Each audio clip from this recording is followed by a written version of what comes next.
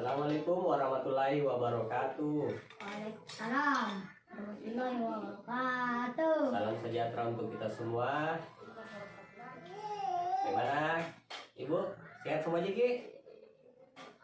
Sehat. Sehat? Alhamdulillah. Selamat datang dan terima kasih atas kedatangan kita semua. Nah, oke, Ibu, hari ini saya akan membahas tentang pengelola keuangan dan perencanaan usaha atau PKPU, ya.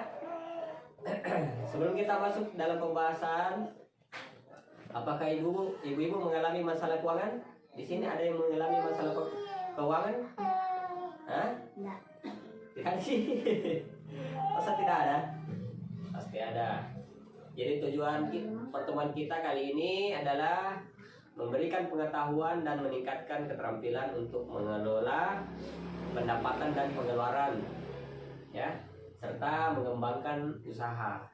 Oke. Jadi pada hari ini ada 4 poin pengelola keuangan dan perencanaan usaha atau PKPU yang akan dibahas pada pertemuan hari ini, ya. Jadi ada 4 pertemuan, yaitu yang pertama mengelola keuangan keluarga, yang kedua cermat meminjam dan menabung, yang ketiga cerdas memanfaatkan layanan bank, dan yang keempat memulai usaha. Oke. Jadi hal ini tidak akan menyelesaikan semua masalah keuangan yang dihadapi, namun akan membantu KPM, ya. Jadi akan membantu KPM mengurangi masalah secara bertahap, pelan-pelan. Nah, tujuannya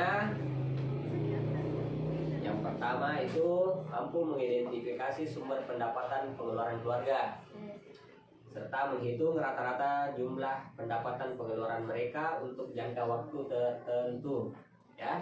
Tujuannya yang pertama itu seperti itu. Terus yang kedua, tujuannya itu mampu menentukan prioritas, ya. Ibu yang di depan mengerti? Ya.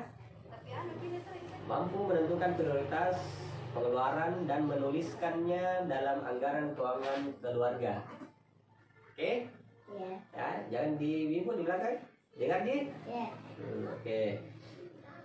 Jadi memahami cara mengendalikan pengeluaran sesuai anggaran yang dibuat, ya, jadi sehingga kebutuhan keluarga dapat terpenuhi. Oke?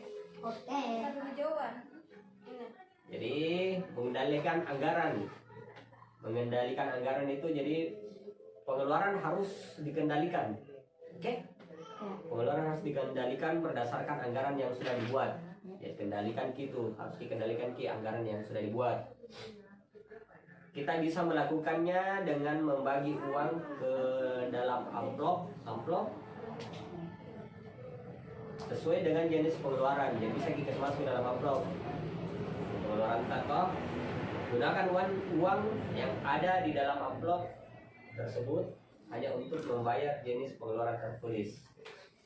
Jadi contohnya itu satu, misalkan ada berapa pengeluaran tak? Misalkan ada 7 pengeluaran tak toh? Jadi ada 7, misalkan listrik, arisan, biaya pengeluaran itu untuk masak, untuk pulsa atau telepon, bayar utang, terus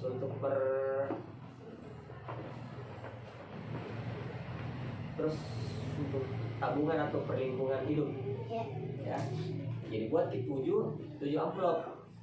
Jadi kasih masuk di pengeluaran tak semua di situ. Misalkan biaya listrik kasih masuk dalam 1 amplop, toh? Masuk dalam 1 amplop, uang listrik di situ. Terus uang arisan kasih masuk dalam 1 amplop. Uang pasata toh, misalkan pengeluaran tak, ya kasih masuk dalam situ semua. Supaya termanajemen dengan baik. Oke?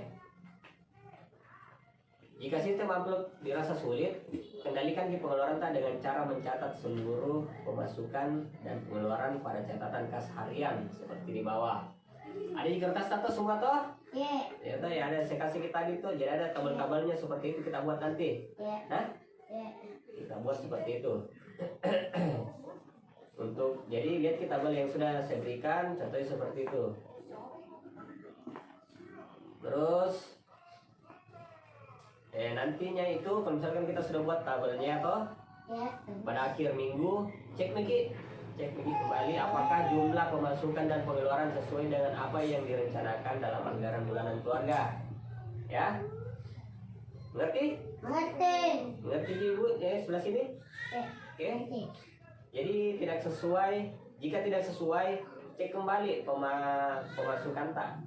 Kalau tidak sesuai toh cek kembali pemasukan tak dan pengeluaran apa saja yang kurang atau lebih, sehingga kita bisa mengambil langkah yang tepat untuk minggu depannya. Ya. Oke, Ibu yang sebelah sini paham Ji? Hah? Terus jika ada uang yang tersisa, Ibu lihat sini, jika ada uang yang tersisa, cek kembali anggaran bulanan keluarga. Cek lagi toh, misalkan ada yang tersisa, cek kembali pengeluaran apa saja yang belum dibayar. Oke? Ya. Terus simpan sisa uang. Jadi simpan di sisa uang tersebut. Ya, simpan di sisa uang tak. Kalau ada yang lebih untuk memenuhi kebutuhan pada minggu berikutnya. Oke Bu, ya. Atau mungkin tambahkan ke dalam tabungan untuk berjaga-jaga. Ya. Oke ya. Ya. Sampai di sini mengerti Ibu tentang pengelolaan keuangan? Mengerti. Ngerti? Mengerti.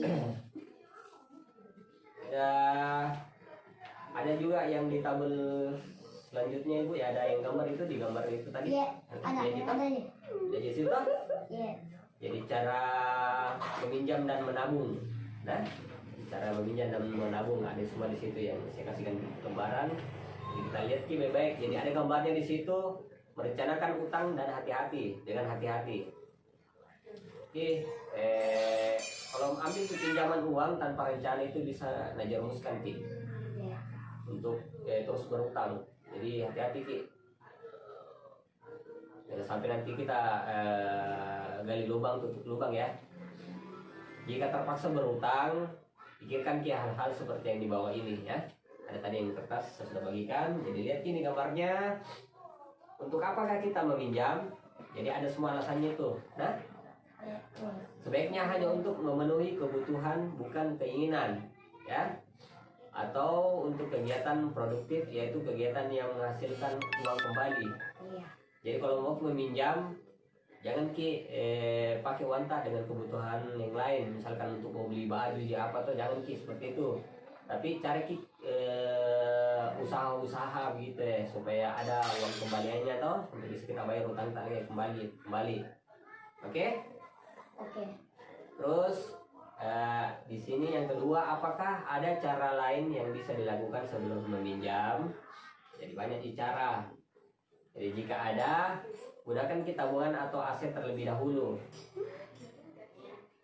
Oke? Oke. Terus berapa besar kita perlu meminjam? Berapa besar? Kira-kira? Saya. Jadi sesuaikan Ki. Gimana? Sesuaikan Ki jumlah pinjaman dengan kemampuan kita untuk membayarnya. Ya. Sampai nanti kemampuan tak cuma 1 juta Ji, pergi pinjam tak 5 juta atau 10 juta. Tega mati Ki itu mau bayar Ki. Ya, sesuaikan Ki jumlah pinjaman dengan kemampuan kita untuk membayar. Ya. Hitung Ki berdasarkan jumlah pendapatan tak. Nah, Ya. kalau mau Ki meminjam berapa besarnya. Terus bagaimana kita dapat membayar kembali pinjaman? Jadi sesuaikan Ki waktu pengembalian pinjaman dengan pola pendapatan kita, ya. Jadi sesuaikan Ki waktu pengambilan pinjaman dengan pola pendapatan tak, Ya. tetap atau tidak, musiman atau tidak. Nah, Ya. ya, terus kemana Ki dapat pinjaman? Kemanakah kita dapat meminjam? Bisa tetangga. Jadi bandingkan tempat-tempat meminjam yang ada. Jadi kalau misalkan jangan Ki meminjam di belajar bertanya-tanya dulu sebelum meminjam supaya sampai nanti kembaliannya itu lebih tinggi atau bunganya tinggi sehingga susah Ki untuk bayar Ki. Jadi bandingkan Ki tempat-tempat yang meminjam yang ada. Cari Ki tempat meminjam dengan total pengembalian yang paling murah. Cari Ki pengembalian yang paling murah. Nah, jangan Ki.